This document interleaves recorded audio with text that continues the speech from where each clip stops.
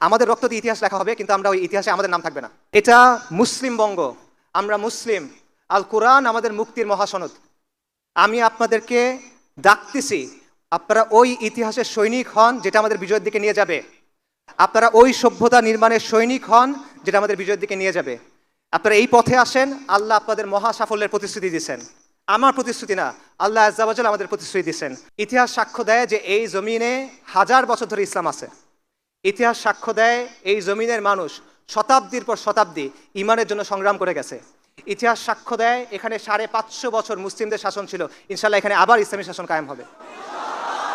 আমাদের আজাদির আন্দোলন পূর্ণতা পাবে ইনশাআল্লাহ। এবং এই দিনকে বিজয়ী করা, এটা আমাদের ম্যানিফেস্ট ডেস্টিনি, আমাদের আর কোনো পারপাস নাই এই দিনকে বিজয়ী করা ছাড়া। আমাদের পেছনে কারা দাঁড়ায় আছে? এটা একটা কাফেলা, এই কাফেলার পেছনে কারা দাঁড়ায় আছে বলেন?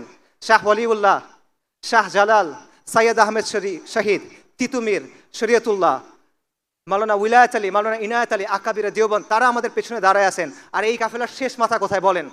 এই কাফেলার শেষ মাথায় কারা দাঁড়ায় আছে? আল মালহামাতুল কুবরার যে বরকতময় কাফেলা, সেটা দাঁড়ায় আছে আপনার সামনে। আমাদের সামনে এই রাস্তা কোথায় গিয়ে শেষ হয়েছে? আল মাহাদি আল মুনতাজারের যে আবির্ভাব, সেখানে গিয়ে শেষ হয়েছে। সাইয়েদানা ঈসা ইবনে মারইয়াম আলাইহিমুস সালাতু ওয়াস সালাম, তার যে আবির্ভাব, সেখানে গিয়ে এটা শেষ হয়েছে। এই আন্দোলন চলমান থাকবে। আর প্রতিশ্রুতি আল্লাহ দিছেন সাফল্যের, এই প্রতিশ্রুতি গ্রহণ করেন। নারিকেল বাড়িয়ায় বাঁশের কেল্লা যে শেষ লড়াইটা হয়েছিল, এটা হয়েছিল ফজরের পর,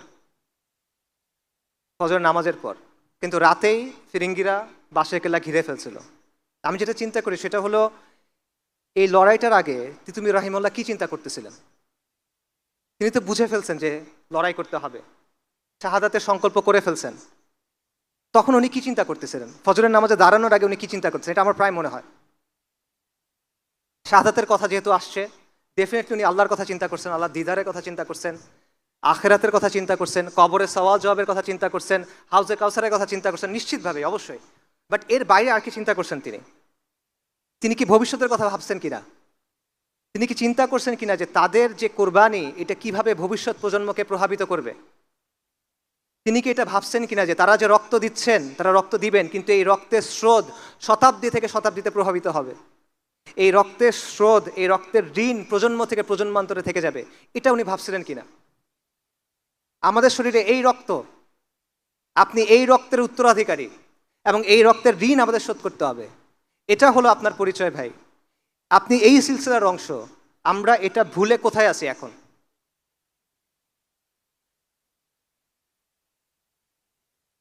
চিন্তা করে দেখেন, ওনারা যদি দেখতো যে এত কুরবানির পর আজকে মুসলমানের ছেলেরা তারা কাফেরদের অনুকরণ করতেছে, তারা মুশরিকদের অনুকরণ করতেছে, তাদের কাছে আসলে কেমন লাগতো? চিন্তা করে দেখেন যে তারা যদি দেখতে, ওদের কথা বাদ দেন, যারা দিনের কথা বলে, যারা দিনকে বিজয়ী করার স্বপ্ন দেখে, তাদের আচার আচরণের মধ্যে নবী সাল্লাল্লাহু আলাইহি ওয়াসাল্লামের সুন্নাত নাই, তাদের আদব আখলাকের মধ্যে নবী সাল্লাল্লাহু আলাইহি ওয়াসাল্লামের সুন্নাত নাই, দিনের জন্য সিরিয়াসনেস নাই, খালি জজবা আছে, সাময়িক উত্তেজনা আছে, এটা যদি তারা দেখতেন, তাদের কাছে কেমন লাগতো?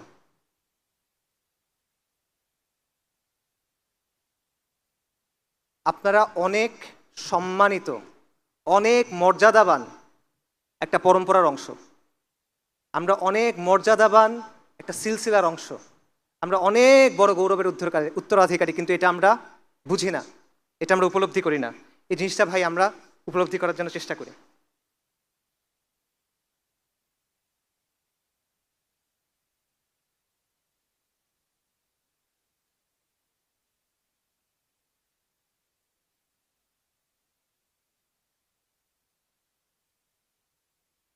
শাপলা হলো নবী সাল্লাল্লাহু আলাইহি ওয়াসাল্লামের ভালোবাসায়, তার শান এবং মর্যাদার জন্য নিজের জান কুরবান করার জুনুন, এটা হলো শাপলা। শাপলা হলো আল্লাহর জমিনে আল্লাহর দিন কায়েম করার তামান্না।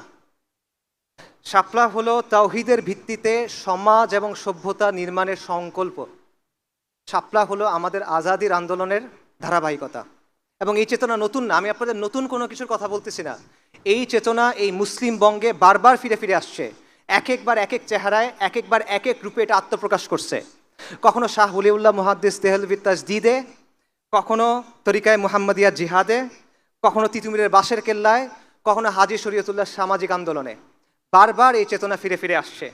এই চেতনা ফিরে আসছে 1857 মহা অভ্যুত্থানে, এই চেতনা ফিরে আসছে আকাবিরে দেওবন্দের আন্দোলনে, উলেমায়ে সাদিকপুরের জিহাদে।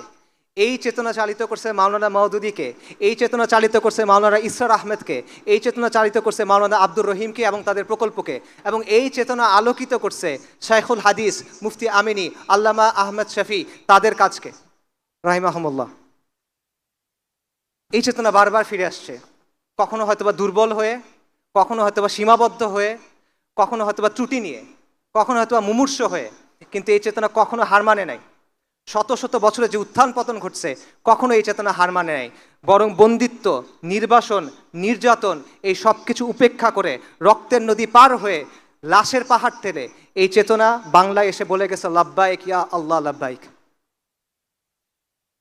শাপলা কেবলমাত্র শাহবাগের প্রতিক্রিয়া না, শাপলা কেবল একদিনের আন্দোলন না, শাপলা হলো ফিরিঙ্গিদের চাপায় দেওয়া সেকুলার ব্যবস্থার বিরুদ্ধে, ফিরিঙ্গিদের চাপায় দেওয়া নিজামের বিরুদ্ধে বিদ্রোহ করে নিজামে ইসলাম কায়েম করার তামান্না, এমন একটা সভ্যতা কায়েম করার তামান্না যেখানে সমাজের ভিত্তি হবে ঈমান এবং ইসলামী মূল্যবোধ, যেখানে ব্যক্তি থেকে শুরু করে শাসন সব কিছু তাওহীদের ভিত্তিতে বিন্যস্ত হবে, এবং যেখানে শাসনের ভিত্তি হবে শরিয়া, আইনের উৎস হবে আল্লাহর কিতাব। যতদিন এই কওমের মধ্যে তাওহীদি চেতনা থাকবে, যতদিন এই মুসলিম বঙ্গের মানুষের মধ্যে ঈমান থাকবে, ততদিন এই চেতনা বারবার সামনে আসবে। কখনো মক্তব থেকে আসবে, কখনো মাদ্রাসা থেকে আসবে, কখনো স্কুল কলেজ বিশ্ববিদ্যালয় থেকে আসবে, কখনো গ্রামের মাটি থেকে আসবে, কখনো এই শহরের কংক্রিটের জঙ্গলের ভেতর থেকে আসবে। কিন্তু প্রজন্ম থেকে প্রজন্মে এই আন্দোলন চলবে, হাত থেকে হাতে মশাল ঘুরবে, কিন্তু আমাদের আজাদির আন্দোলন চলমান থাকবে। এবং যতদিন পর্যন্ত এই অঞ্চলের মানুষের মধ্যে ঈমান থাকবে, তাওহীদের অনুসারীরা এই মাটিতে খুঁটি গেড়ে বলবে লাব্বাইক ইয়া আল্লাহ লাব্বাইক। এই আন্দোলন চলবে যতক্ষণ পর্যন্ত এই জমিনে আল্লাহর দ্বীন কায়েম না হয়, এবং ইনশাআল্লাহ এই জমিনে আল্লাহর দ্বীন কায়েম হবে।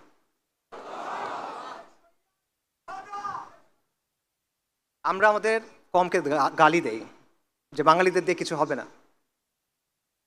কিন্তু হয়তো এই যে হিস্ট্রি বললাম, হয়তো দিল্লি সালতানাতের সময় বাংলাদেশের নাম ছিল বুলগাকপুর, বাংলার নাম ছিল বুলগাকপুর। বুলগাকপুর মানে বিদ্রোহের শহর, যে যারাই এখানে আসে বিদ্রোহ করে কিছুদিন পর পর। এটা এখানের হিস্ট্রি। আর একটা ইতিহাসটা আমি আপনাদের বললাম, রিসেন্ট হিস্ট্রি দেখেন। 47-এর সময় পাকিস্তান আন্দোলনের সবচেয়ে আগে যোগ দিয়েছে এখানকার মানুষ, 69-এর গণ অভ্যুত্থান, 90-এর গণ অভ্যুত্থান, 24-এর গণ অভ্যুত্থান, 13 সালের জাগরণ, অ্যাভারেজে প্রতি 20 বছর পর পর এখানে অভ্যুত্থান হয়। হিস্ট্রি এটা। আবার হবে এখানে অভ্যুত্থান, নিশ্চিত এটা হবে, লিখে রাখেন। আরেকটা জায়গা দেখেন, এরকম উদাহরণ দেখান আমাকে, এরকম একটা জায়গার উদাহরণ দেখান যেখানে বারবার এরকম হয়, পাবেন না। আবার হবে এখানে অভ্যুত্থান, এবং পরিবর্তন সম্ভব। আল্লাহ আমাদের চোখের সামনে দেখা দিয়েছেন পরিবর্তন সম্ভব, কিন্তু এখানে আমাদের কাজ করতে হবে। আমরা কাজ না করলে হবে না।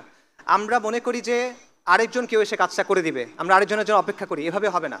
আমাদের সক্রিয় হতে হবে, আমাদের নামতে হবে, আমাদের কাজ করতে হবে, তাহলে হবে।